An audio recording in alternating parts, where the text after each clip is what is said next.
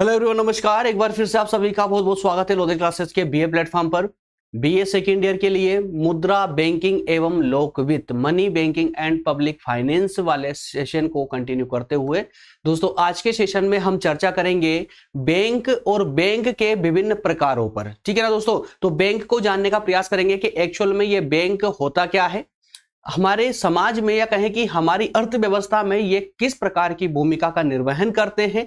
साथ ही साथ में हम ये भी जानने का प्रयास करेंगे कि जिस प्रकार से हमारे शरीर में जो हमारे ब्लड होता है, जो रक्त कोशिकाएं होती है, जिस प्रकार से संचालित होती है, उसी प्रकार से हमारे शरीर रूपी अर्थव्यवस्था में मुद्रा का संचालन या जो संचय होता है या संचालन होता है, वो संचालन में बैंकें किस प्रकार से अपनी भूमिका अदा करती है, वो सारी बातें दोस्तों आज हम इसके महत्व को, बैंक के अर्थ, बैंक के महत्व को समझते हुए बैंक के विभिन्न प्रकारों को आज के सेशन में समझने का, व्यवहारिक रूप से समझने का प्रयास करेंगे। साथ ही साथ में सेशन को स्टार्ट करूं उससे पहले मैं आप लोगों को, जो नए स्टूडेंट हैं उनको बता दूं दोस्तों, हमारे सभी सेशन यूट्यूब पर ही अवेलेबल है, ओपन प्लेटफॉर्म पर, फ्री ऑफ कॉस्ट, निःशुल्क रूप से पूरी तरह क्लास नोट्स के साथ में डिस्क्रिप्शन में सभी सेशन के क्लास नोट्स आपको अवेलेबल हो जाती है। साथ ही साथ ये सिर्फ बीए सेकेंड ईयर वाले बच्चों के लिए नहीं, बल्कि बीए के साथ में BSc, BCom, BBA, BA LLB, MA और अदर जो अन्य कॉम्पिटिटिव एग्जाम है उन सभी के लिए समान रूप से उपयोगी होते हैं। क्लियर है? चलिए शुरू करते हैं अपना सेशन दोस्तों। और ये जो है सभी यूनिवर्सिटियों के लिए है। कोई स्टूडेंट कमेंट करके ये ना पूछे सर हमारी यूनिवर्सिटी के लिए है या नहीं है। मैंने आपको यूट्यूब पर पढ़ने का एक बहुत अच्छा फॉर्मूला दे रखा है। सबसे पहले अपने सिलेबस को अपने सामने रखिए। यूट्यूब पर जो भी सेशन आपके सामने आते हैं उनको अपने सिलेबस के साथ मैच कीजिए। अगर आपके टॉपिक से हमारे सेशन मैच हो रहे हैं, जो टॉपिक आपके सिलेबस में है वही टॉपिक अगर यहां पर है, तो उस टॉपिक को आप बिल्कुल निश्चिंत होकर के फॉलो कर सकते हैं। बिल्कुल आपकी यूनिवर्सिटी के लिए अवेलेबल होगा। और हमारा प्रयास तो संभवतः यही होता है कि अधिकतम यूनिवर्सिटियों को हम कवर करें, और इसी कारण से दोस्तों मैक्सिमम टॉपिक को हम यहां लेने का प्रयास करते हैं, पूरे विस्तार से आपको समझाने का प्रयास करते हैं। चलिए, नए स्टूडेंट्स के लिए प्लेलिस्ट में आपको सभी सेशन अवेलेबल हो जाएंगे। जिनको प्लेलिस्ट ओपन करना नहीं आता है, जो प्लेलिस्ट में नहीं जा पाते हैं दोस्तों, वो हमारे टेलीग्राम ग्रुप को ज्वाइन कर ले, जहां आसानी से आपको सभी सेशनों की लिस्ट, प्लेलिस्ट की लिंक जो है आपको वहां अवेलेबल हो जाती है। आइए देख लेते हैं कि अभी तक हमारे द्वारा दोस्तों बीए फर्स्ट ईयर के लिए पॉलिटिकल साइंस पूरी तरह विद नोट्स कंप्लीट करवा दिया गया है, जो फ्री ऑफ कॉस्ट आप लोगों के लिए यूट्यूब पर ही अवेलेबल है। सेकेंड ईयर वालों का पॉलिटिकल साइंस भी पूरी तरह कंप्लीट हो चुका है। थर्ड ईयर वालों के लिए भी दोस्तों पॉलिटिकल साइंस के कंप्लीट पार्ट्स कंप्लीट हो चुके हैं। चलिए अब शुरुआत करते हैं अपने आज के सेशन की। सेकेंड यूनिट आज से हमारी स्टार्ट होने जा रही है। सेकेंड यूनिट में सबसे पहले जो पहला टॉपिक होगा हमारा, उसी पर हम चर्चा करेंगे। बैंक, इसके अर्थ को समझेंगे, इसके महत्व को, इसके प्रकारों को हम आज जानने का प्रयास करेंगे। उसी तरह से इसके अंतर्गत आप देख लीजिएगा 6 टॉपिक हमें पढ़ना है ना। 6 टॉपिक हमें सेकेंड यूनिट के अंदर पढ़ना है। कंटिन्यू चलेगी क्लासेस दोस्तों, कंटिन्यू करते हुए जल्दी कंप्लीट करने का प्रयास करेंगे। जिनके एग्जाम है उनको तो फायदा होगा ये सेशन से, साथ ही साथ में जो नए स्टूडेंट है, जो फर्स्ट ईयर से अभी रेफर होकर सेकेंड ईयर में आए हैं, उनके लिए भी ये पूरी तरह से उपयोगी होने वाला है। आज के सेशन में मैं आपको रिपीट कर चुका हूं, 2-3 बार बोल चुका हूं। सबसे पहले बैंक का अर्थ देखेंगे, उसके बाद अर्थव्यवस्था में बैंकों का महत्व देखेंगे, और अंतिम रूप से देखेंगे हम बैंकों के प्रकार, या उसी प्रकार को हम बैंकों का वर्गीकरण भी बोलते हैं। साथ ही साथ बैंक के कार्य भी देखने का प्रयास करेंगे। ठीक है ना? प्रश्न है कि बैंक का परिचय एवं ऐतिहासिक पृष्ठभूमि का विवेचन कीजिए। दूसरा प्रश्न है बैंक को परिभाषित करते हुए बैंकों के प्रकार या वर्गीकरण बताइए। इसको अथवा में आपसे पूछा जा सकता है कि बैंक किसे कहते हैं। विभिन्न प्रकार की बैंकों को संक्षेप में समझाइए। तो इन्हीं का आज हम यहां पर इस टॉपिक में, आज के लेक्चर में हम इसी क्वेश्चन के आंसर को डिस्कस करने का प्रयास करेंगे। आइए सबसे पहले हम देख लेते हैं बैंक होती क्या है। बैंक होती क्या है, चलिए। बेसिकली तो दोस्तों अब आप सेकेंड ईयर तक आ चुके हैं, तो ये तो संभव नहीं है कि अभी तक आपको बैंकों का पता ना हो, लेकिन व्यवहारिक रूप से तो आप भली भांति जानते हैं कि बैंक होती क्या है। लेकिन अभी अगर मैं आपसे लिखने के लिए बोल दूं कि बैंक का अर्थ समझाइए कोई 100 शब्दों में, तो संभवतः आप में से 70% बच्चे ऐसे होंगे जो बैंक का अर्थ रिटर्न में नहीं समझा पाएंगे, जबकि बैंक का पता सबको है, व्यवहारिक रूप से सब जानते हैं कि बैंक होती क्या है, बैंक कार्य क्या करती है ना। तो दोस्तों हमारे सामने जो समस्या होती है ना वो यही होती है कि हमें पता तो है व्यवहारिक रूप से, परंतु इसको व्यवहार के साथ में, व्यवहार से रिटर्न में कैसे लेकर आना है, लिखना कैसे है इसको। तो दोस्तों उन्हीं कुछ शब्दों पर आज हम यहां चर्चा करने वाले हैं, आपको लिखना कैसे है एग्जाम में, है ना। चलिए तो देखिए, बैंक की जब हम बात करें तो बैंक शब्द कोई आज या कल से, अर्थात कि ये वर्तमान समय की या आधुनिक समय की देन नहीं है, बल्कि बैंक प्राचीन समय से चली आ रही एक परंपरागत एक परंपरा है, प्राचीन समय से चली आ रही परंपरा है ना। ये वर्तमान की देन नहीं है। इस बैंक शब्द की उत्पत्ति संभवतः जब से मानव सभ्यता का विकास हुआ है तब से ही इस बैंक शब्द का प्रयोग किया जाता रहा है। लेकिन यह जरूर है कि बैंक शब्द का इस्तेमाल बैंक के रूप में ना होकर के अन्य रूपों में होता रहा है। लेकिन आज जो कार्य बैंक करती है वो कार्य प्राचीन समय से होता आ रहा है, इसीलिए इसकी अवधारणा प्राचीन समय से लगाई जाती है। लेकिन फिर भी सटीक रूप से बैंक का अर्थ बता देना यह आज तक संभव नहीं हो पाया है। अलग अलग अर्थशास्त्री, अलग अलग आर्थिक संस्थाएं अपने अपने अनुसार बैंक का अर्थ बताते चले गए हैं या बैंक की परिभाषा देते चले गए हैं। जैसे अगर हम दो प्राचीन अवधारणाओं पर यहां चर्चा करेंगे, अगर पहली प्राचीन धारणा की बात करें दोस्तों, तो कुछ प्राचीन अर्थशास्त्री या प्राचीन धारणा कुछ इस प्रकार की थी कि प्राचीन समय में इटली में, कहां पर, इटली में व्यापार गृह हुआ करते थे, जहां से व्यापार संचालित हुआ करते थे प्राचीन समय में, है ना। तो इटली में कुछ व्यापार गृह थे, तो उन व्यापार गृह में आज जो वर्तमान में जो बैंक काम करती है ना, उस प्रकार के जो कार्य किए जाते थे, हिसाब किताब के, निर्गमन के या आयात निर्यात के, ये जो कार्य किए जाते थे दोस्तों, इस प्रकार के कार्य जो है ये व्यापार गृह किया करते थे। और इन व्यापार गृह को जो है क्या कहा जाता था उस समय, बेंची कहा जाता था। क्या कहा जाता था, बेंची। तो शब्द का नाम याद रखेंगे आप लोग। बैंक का प्राचीन समय में एक इटली की धारणा मान लीजिए, इटली में एक ऐसी धारणा प्रचलित थी कि इटली में जो प्राचीन समय में व्यापार गृह हुआ करते थे वो बैंक के समान ही कार्य करते थे। और इन व्यापार गृह को व्यापार गृह ना बोल करके क्या कहा जाता था, बेंची कहा जाता था।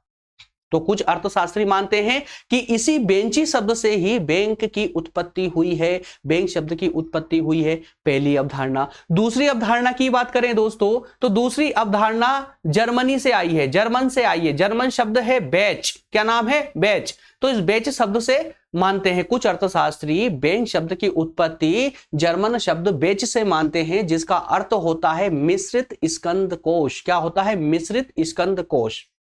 क्लियर है, मिश्रित स्कंद कोश, ठीक है ना। तो इस प्रकार बैंक शब्द की उत्पत्ति के बारे में निश्चित रूप से कुछ कह पाना तो कठिन है, लेकिन हां इतना अवश्य कहा जा सकता है कि आधुनिक बैंकों का प्रारंभ यूरोप में हुआ था। जो आज वर्तमान में बैंक संचालित है, इनका विकास सबसे पहले यूरोप में हुआ था, जो धीरे धीरे चल करके पूरी दुनिया में फैल गया।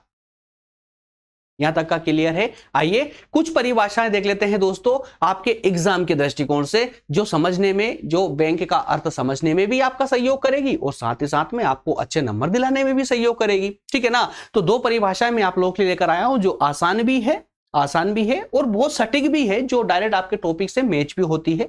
सबसे पहली परिभाषा की हम बात करेंगे भारतीय बैंकिंग कंपनी एक्ट 1949 की। भारतीय बैंकिंग कंपनी एक्ट के अनुसार बैंक की क्या परिभाषा दी गई थी, तो उसमें कहा गया था कि बैंकिंग का अभिप्राय जनता से है, जनता से मुद्रा के निक्षेपों को स्वीकार करना है। क्या कहा है यहां पर, ध्यान से समझते चलिए इस परिभाषा को भी। बैंक का अभिप्राय मतलब बैंक का अर्थ जनता से मुद्रा के निक्षेपों को स्वीकार करना। मतलब क्या हुआ इसका, कि जनता से उनके मुद्रा, उनके पैसों को जमा के रूप में स्वीकार करना। निक्षेप मतलब जमा होता है ना, याद रखिएगा। तो निक्षेप स्वीकार करना मतलब कि जमा स्वीकार करना, कि जो संस्थाएं जनता के पैसे को जमा करती है अपने पास, उनको भारतीय कंपनी एक्ट 1949 के अकॉर्डिंग जो है बैंक माना गया है, ठीक है ना। जो मांग अथवा जब जनता इस पैसे को वापस मांगती है तो कई अन्य प्रकार के चेक के द्वारा ड्राफ्ट के द्वारा या आदेश के द्वारा नगद राशि के रूप में वापस देय होती है, मतलब बैंक प्रदान करती है। क्लियर है, एकदम आसान परिभाषा है। दूसरी परिभाषा की बात करें तो बैंकर वही व्यक्ति है जो अपने साधारण व्यवसाय के अंतर्गत लोगों का रुपया जमा करता है, जो लोगों का रुपया जमा करे, है ना, साधारण व्यवसाय के रूप में जो लोगों का पैसा जमा करता है और उन व्यक्तियों को चेक के माध्यम से या जिन्होंने जमा किया है भुगतान करके चुकाता है। यह परिभाषा किसने दी? हार्ट ने दी है। दो परिभाषाएं इनफ है आपके एग्जाम के दृष्टिकोण से। आपको इतना आप लिख देंगे तो अर्थ और परिभाषा वाला सेशन आपका पूरा कंप्लीट हो जाएगा।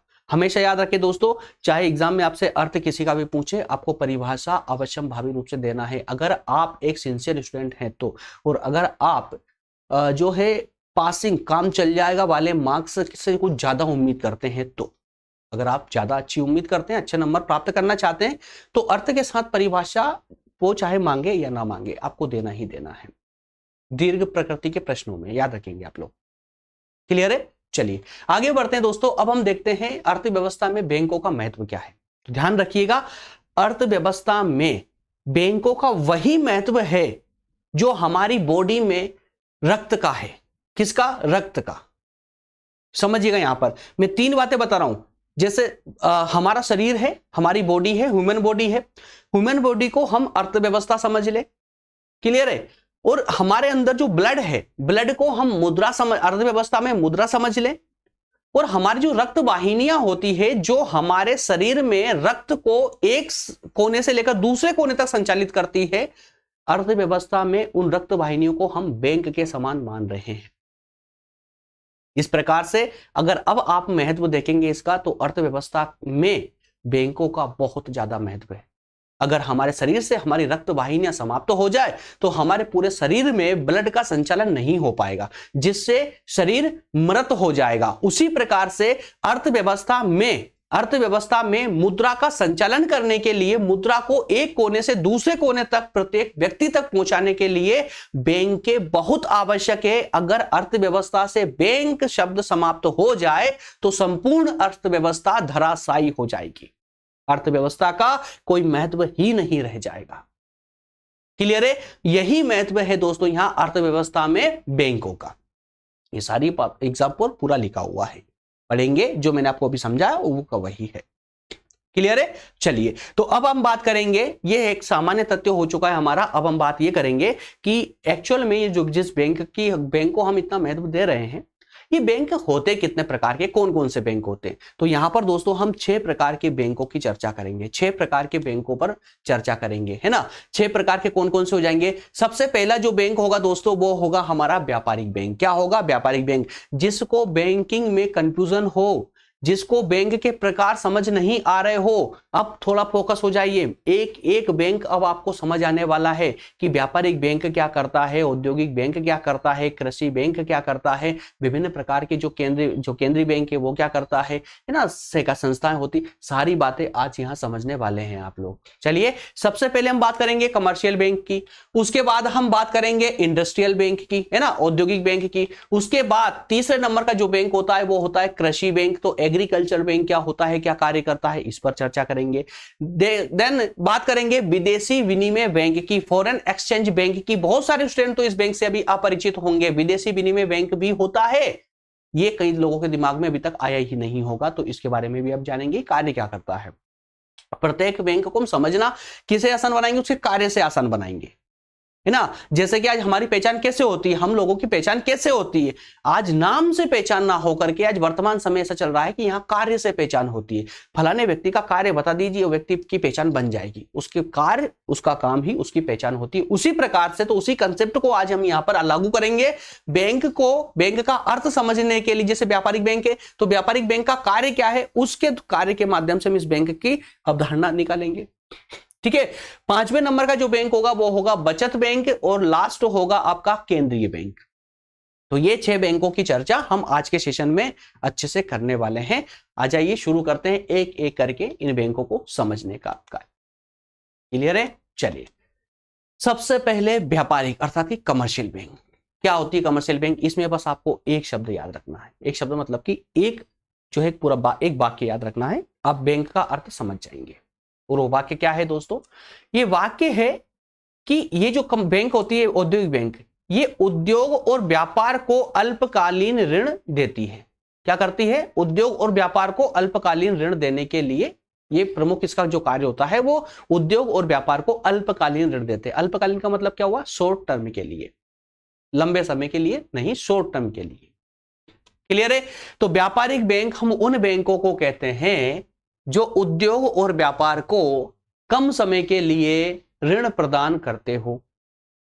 अच्छा, ये कम समय के लिए ही ऋण प्रदान क्यों करते हैं, लंबे समय के ऋण प्रदान क्यों नहीं करते? तो इसके पीछे रीजन ये है दोस्तों कि इन व्यापारिक बैंकों के पास जो पैसा आता है ना वो जनता की जमा राशि आती है। वो जनता जमा सॉरी यार,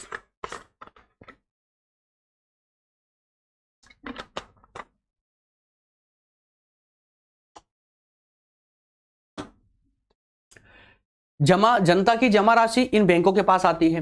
वो जनता अपने पैसों को लंबे समय के लिए जमा नहीं करते हैं बल्कि शॉर्ट टर्म के लिए करते हैं। ठीक है ना? तो इन बैंकों के पास जो धन होता है वो शॉर्ट टर्म का होता है, अल्पकालीन जमा होती है। इसी कारण से ये अल्पकालीन ऋण ही दे पाते हैं। और इसके अलावा वो क्या कार्य करते हैं? तो ये हुंडियों का अर्थात प्रतिभूतियों का क्रय विक्रय भी करते हैं। ये धन को मतलब पैसे को हस्तांतरण भी करते हैं, ट्रांसफर करने का कार्य भी करते हैं। आप जाएंगे, आपको 10 लाख रुपए किसी अन्य को भेजना, कहीं अन्य ट्रांसफर करना है, तो आप जाकर के वहां पर जो उनके पास विशेष सुविधाएं होती है उसके माध्यम से आप ट्रांसफर कर सकते हैं पैसे को। ये बैंक आपको लॉकर्स की सुविधा भी देती है।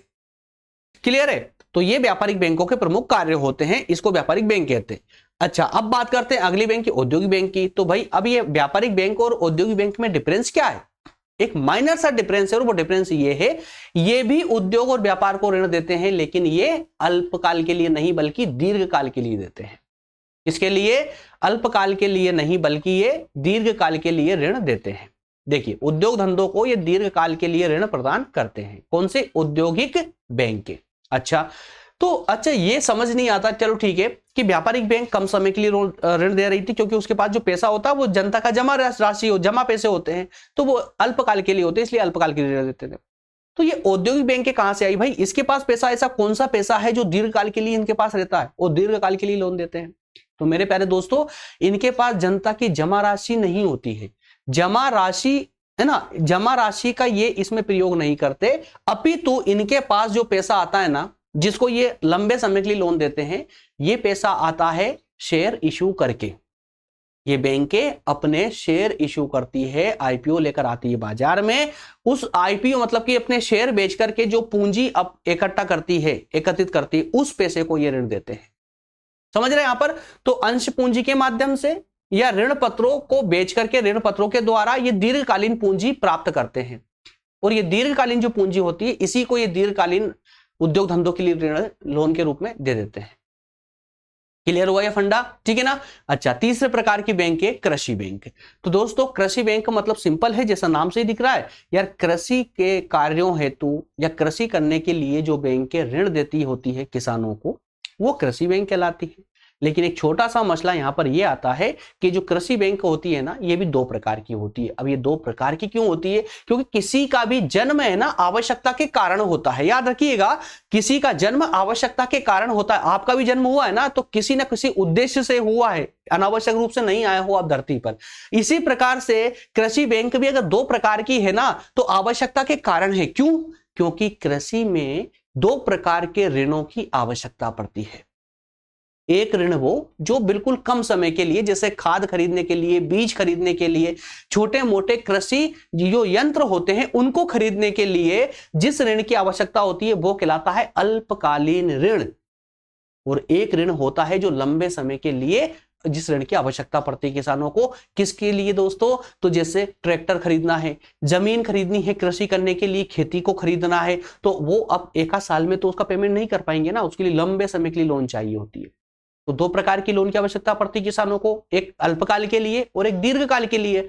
तो इसी के लिए कृषि बैंक भी दो प्रकार की बैंकें बन गई है। एक बन गई है आपकी कृषि सहकारी बैंक, क्या नाम है? कृषि सहकारी बैंक, एग्रीकल्चर कोऑपरेटिव बैंक, और दूसरी है लैंड डेवलपमेंट बैंक, भूमि विकास बैंक। तो इसमें जो सहकारी बैंक होती है वो अल्पकाल के लिए किसानों को ऋण मुहैया करवाती है, और जो भूमि विकास बैंक होती है वो दीर्घकाल के लिए ऋण मुहैया करवाती है, उपलब्ध करवाती है। तीन प्रकार की बैंकों को आप मेरे ख्याल से भली भांति समझ चुके हैं। अब बढ़ते हैं आगे। चौथे प्रकार की बैंक कौन सी हो? विदेशी विनिमय बैंक। इस बैंक का अर्थ इसी के नाम में छुपा हुआ है, foreign exchange bank. Foreign exchange bank, जो बैंकें विदेशी मुद्रा को अपनी मुद्रा में कन्वर्ट करने का कार्य करती हो, वही बैंक विदेशी विनिमय बैंक कहलाती है। पढ़िए इसको, अपने आप ये पूरा मैटर समझ आ जाएगा। विदेशी विनिमय बैंक केवल विदेशी व्यापार का ही अर्थ प्रबंधन करती है, दैट्स ऑल। जो ये बैंक होती है ना, क्या करती है? विदेशी जो व्यापार होता है ना, उसका पैसा प्रबंध, अर्थ प्रबंधन करना मतलब क्या हुआ? पैसे को मैनेज करना। डॉलर आया, पैसे रुपए में कन्वर्ट करके भारतीय नागरिक को प्रदान कर देना। अमेरिका वाले ने यहां व्यापार किया था, यहां पैसे के रूप में कमाया, तो उस पैसे को डॉलर में कन्वर्ट करके अमेरिका वाले व्यक्ति को प्रोवाइड कर देना। तो ये जो अर्थ प्रबंधन का कार्य है ना, ये व्यापारिक बैंकें करते, माफ कीजिएगा, विदेशी विनिमय बैंकें करती है। लेकिन कब करती है? सिर्फ विदेशी व्यापार के परिप्रेक्ष्य में, सिर्फ जब विदेशी व्यापार की कहानी होती है। जैसे आज हम यूट्यूब पर आपको क्लासेस प्रोवाइड करते हैं, ठीक है ना, तो आज जिस प्लेटफॉर्म का हम इस्तेमाल कर रहे हैं आपको क्लास देने के लिए, वो प्लेटफॉर्म अमेरिका का है। क्लियर है? प्लेटफॉर्म एक्चुअल में यूट्यूब भी नहीं है, बल्कि वास्तविक प्लेटफॉर्म जो है वो है आपका गूगल, ठीक है ना। तो गूगल की सर्विसेज का हम प्रयोग करके और यूट्यूब के प्लेटफॉर्म पर आपको आकर के हम आपको क्लास प्रोवाइड कर पा रहे हैं, ठीक है। तो अब जो इस प्लेटफॉर्म का हम इस्तेमाल करके आप लोगों तक सर्विस पहुंचा रहे हैं, इस सर्विस का कभी अगर गूगल हमको पेमेंट करना चाहेगा तो वो डायरेक्ट नहीं कर पाता, बल्कि विदेशी विनिमय बैंक इसका सहयोग करती है गूगल का। तब गूगल जो है विदेशी विनिमय बैंक के पास जाएंगे, जो भारतीय विदेशी विनिमय बैंक होगी उसके अंदर जो डॉलर आता है वो डॉलर कन्वर्ट होकर के रुपए के रूप में हमें प्राप्त होगा। समझ आ रहा है ना? तो इस प्रकार से दोस्तों विदेशी विनिमय बैंक जो फॉरेन एक्सचेंज बैंक होती है वो विदेशी व्यापार में ही सहयोग प्रदान करती है। तो एक देश का निर्यातक क्यों करती है? क्योंकि भाई कोई भी, अब यार देखिए, जैसे कोई भी, जैसे भारतीय कोई नागरिक है जो व्यापार करता है, अमेरिका में अपनी वस्तुओं को प्रोवाइड कर रहा, भेज रहा है, निर्यात कर रहा है, तो वो क्या चाहेगा? क्या उसको डॉलर मिले? नहीं, भारतीय नागरिक चाहेगा मुझे पैसे मिले। लेकिन अमेरिका में आपने माल भेजा है तो अमेरिका से तो डॉलर आएगा, तो वो डॉलर आपको प्राप्त हो, आप बिल्कुल संतुष्ट नहीं होंगे। इसलिए क्या किया है, फॉरेन एक्सचेंज बैंक आती है बीच में, वो कहेगी कोई टेंशन मत लीजिए आप, जो अमेरिका से जो डॉलर आ रहा है वो पहले हमारे पास आएगा, हम उसको रुपए में कन्वर्ट करके और आपको पैसे दे देंगे, रुपए दे देंगे, रुपए प्रोवाइड कर देंगे। और इसीलिए इन बैंकों की आवश्यकता महसूस की गई। तो विदेशी विनिमय बैंक इसी समस्या का समाधान करने के लिए ही होती है, और इन बैंकों को अपने पास जो है सभी देशों की मुद्राएं रखनी पड़ती है। याद रखिएगा, विभिन्न देशों की, जिन जिन देशों से इनका व्यापार चल रहा है, इनके कस्टमरों का व्यापार हो रहा है, उन सभी देशों की मुद्रा इनको अपने पास रखनी पड़ती है, और साथ ही विदेशों में भी अपनी शाखाएं खोलनी पड़ती है, ठीक है ना। तो ये बातें कुछ विशेष बातें थी, इसके अंतर्गत याद रखेंगे आप। 5वें नंबर की जो बैंक आती है वो आती है बचत बैंक, सेविंग बैंक। प्रारंभ में अगर बात करें या फिर हम पश्चिम की बात करें, यूरोप की, तो हम ये मान सकते हैं, इंग्लैंड की अगर हम बात करें तो वहां पर बचत बैंक अलग होती है और व्यापारिक बैंकें अलग होती है। और भारत की अगर आप बात करोगे तो कंफ्यूज मत होइएगा, मैं प्रारंभ में इसीलिए बता रहा हूं, भारत में हमारी व्यापारिक बैंकें ही बचत बैंक है। क्यों? क्योंकि व्यापारिक बैंकें ही बचत बैंक का कार्य भी करती है। आप किसी भी बैंक में जाएंगे तो वहां से आप ऋण भी ले सकते हैं और बचत खाता भी खुलवा सकते हैं, है ना। तो भारत के अंदर व्यापारिक बैंकें ही बचत बैंक का कार्य करती है। पढ़ाना इसलिए आवश्यक है, कंसेप्ट ही अलग है। बचत बैंक का फंडा यूरोप में अलग से प्राप्त होता है। कैसे? जैसे देखिए कि पश्चिमी देशों में जो साधारण वर्ग के लोग होते हैं, जो अपनी छोटी छोटी जमाओं को, छोटी छोटी पूंजी को जमा करना चाहते हैं बचत के रूप में, उनको प्रोत्साहित करने के लिए उनको वो एक बैंक खाता खोलकर दे दिया जाता है, जिसे बचत बैंक खाता कहा जाता है। इन बैंकों में छोटी छोटी बचतें जमा की जाती है, उन्हें उत्पादक कार्यों में लगा दिया जाता है बैंक के द्वारा। तो जमाकर्ता को यह सुविधा होती है कि वह जब चाहे अपनी बचत या अपने पैसे को जब चाहे तब निकाल सकता है, लेकिन भारत में यह कार्य व्यापारिक बैंकों के द्वारा ही किया जाता है। इसके अलावा डाकघरों में बचत खाता सुविधा उपलब्ध है, पता होगा आपको, ठीक है ना। तो इस प्रकार की सुविधा बचत बैंक का है ना, एक अच्छा उदाहरण है। एक जो बचत डाकघरों में भी बचत खाता खुलता है ना, वो एक बचत बैंक का एक अच्छा उदाहरण है। क्लियर है। तो ये 5 कंसेप्ट, ये 5 अलग अलग प्रकार की बैंकें थी। अंतिम रूप से एक बैंक आती है केंद्रीय बैंक, जो कि हर एक देश में होती है, हर एक देश में होती है। ये केंद्रीय बैंक जो है सभी बैंकें, जितनी भी बैंकें होती, सबकी शीर्षस्थ बैंक होती है, सबसे ऊपर होती है, मतलब ये सभी बैंकों की बैंक होती है केंद्रीय बैंक। भारत की बात करें तो भारत में आरबीआई केंद्रीय बैंक है ना, RBI reserve bank of India ही हमारी केंद्रीय बैंक है। क्लियर है। ये केंद्रीय बैंक जो है दोस्तों सिर्फ बैंकों का ही बैंक नहीं, बल्कि ये सरकार के बैंकर का भी कार्य करती है, सरकार के बैंकर का भी कार्य करती है, सरकार के बैंकर का भी कार्य करती है, केंद्रीय सरकार के बैंकर का कार्य करती है। मतलब क्या हुआ इसका कि केंद्र सरकार के सभी प्रकार के जितने भी खाते हैं, उन सभी खातों का हिसाब किताब कौन रखता है, तो केंद्रीय बैंक रखती है। और सरकार को आवश्यकता पड़ने पर अल्पकालीन ऋण भी देती है केंद्रीय बैंक। क्लियर है। तो ये होती है केंद्रीय बैंक, है ना। सबसे टॉप आरबीआई, उसको हम केंद्रीय बैंक कहते हैं। बताइए दोस्तों कैसा लगा आज का सेशन, कैसा लगा आज का सेशन। और आज इसी सेशन के साथ में, इसी के साथ में हमारा सेशन आज हो जाता है, अब होता है कंप्लीट। और इसके बाद में जो हमारा टॉपिक होगा दोस्तों, वो होगा बैंकों के विभिन्न कार्य। क्या है, बैंकों के कार्य, ठीक है ना। तो मैं आपको ओपन करके दिखा देता हूं वापस से। बैंकों के कार्यों पर हम डिस्कस करेंगे। अगला टॉपिक हमारा बैंक के कार्यों पर होगा। इसमें इस वाले सेशन में आपने देखा है कि किस प्रकार से जो है बैंक के अलग अलग प्रकार की होती है और अपनी अलग अलग भूमिकाएं निभाती है ना। तो अगले सेशन में आप देख पाएंगे कि ये जो बैंकें होती है, अर्थात कि देखिए इन सभी बैंकों में सबसे महत्वपूर्ण जो बैंकें होती है ना, एक बैंक तो आपकी केंद्रीय बैंक होती है जिसके बारे में आपको अच्छे से पढ़ना है। इसके बाद में एक बैंक होती है व्यापारिक बैंक, जिनके बारे में आपको अच्छे से जानकारी होना चाहिए, क्योंकि व्यापारिक बैंकें डायरेक्ट जनता के लिए कार्य करती है और सामान्य लोगों, सभी लोगों के लिए कार्य करती है। इसके लिए ये आवश्यक है।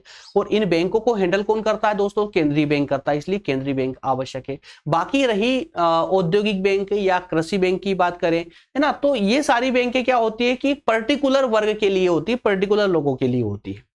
तो वो आपके सिलेबस के में इनको इंक्लूड नहीं किया गया है विशेष रूप से। सामान्य जानकारी आप रख ले, इससे ज्यादा आपको पढ़ने की उनके लिए आवश्यकता नहीं है। बस आपको अच्छे से जो पढ़ना है इस सेशन में, आपको व्यापारिक बैंक और केंद्रीय बैंक के बारे में पढ़ना है। तो व्यापारिक बैंकों को आप समझ चुके हैं सामान्य रूप से। अब हम ये बात करेंगे कि इन व्यापारिक बैंकों के कार्य क्या होते, थोड़ा सा विस्तार से बात करेंगे। क्लियर है।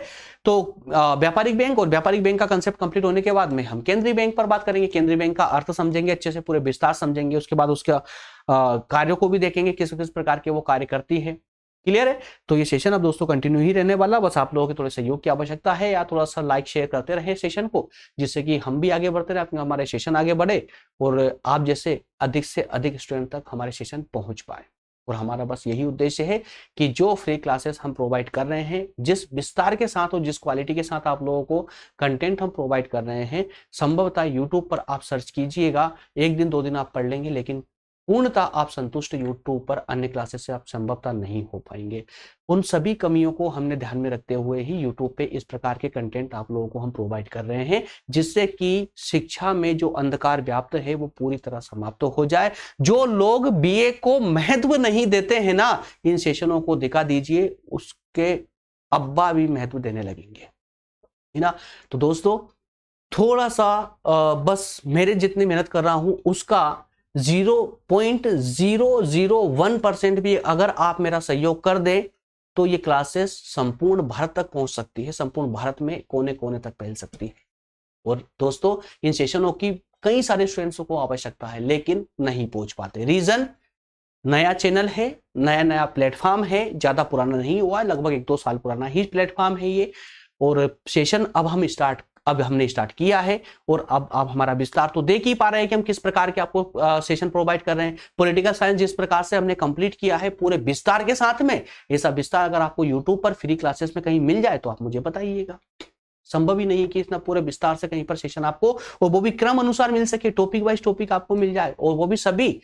ऐसा देखिए दोस्तों, हम एमपी से पढ़ा रहे हैं, लेकिन हमारा उद्देश्य सिर्फ एमपी की यूनिवर्सिटी को कवर करना नहीं है, बल्कि हम ऑल ओवर जितने हमारे भारत में जो 8 राज्य जहां पर हिंदी भाषा बोली जाती है, उन 8 राज्यों की सभी यूनिवर्सिटियों के सिलेबस को हम रीड आउट करके संभवतः जितना संभव हो पाता है उन सभी के टॉपिकों को हम यहां इंक्लूड करने का प्रयास करते हैं, और पूरे विस्तार से। तो जिस प्रकार से मैं विस्तार आपको प्रोवाइड कर रहा हूं दोस्तों, थोड़ी सी जो है हमारी कमियों पर नजर कम रखते हुए, थोड़े से हमारी मेहनत को थोड़ा सा जरा सा देख लीजिए। अगर आपको हमारी मेहनत नजर आएगी तो आप अपने आप को हमारे सेशन शेयर करने से आप अपने हाथों को रोक नहीं पाएंगे।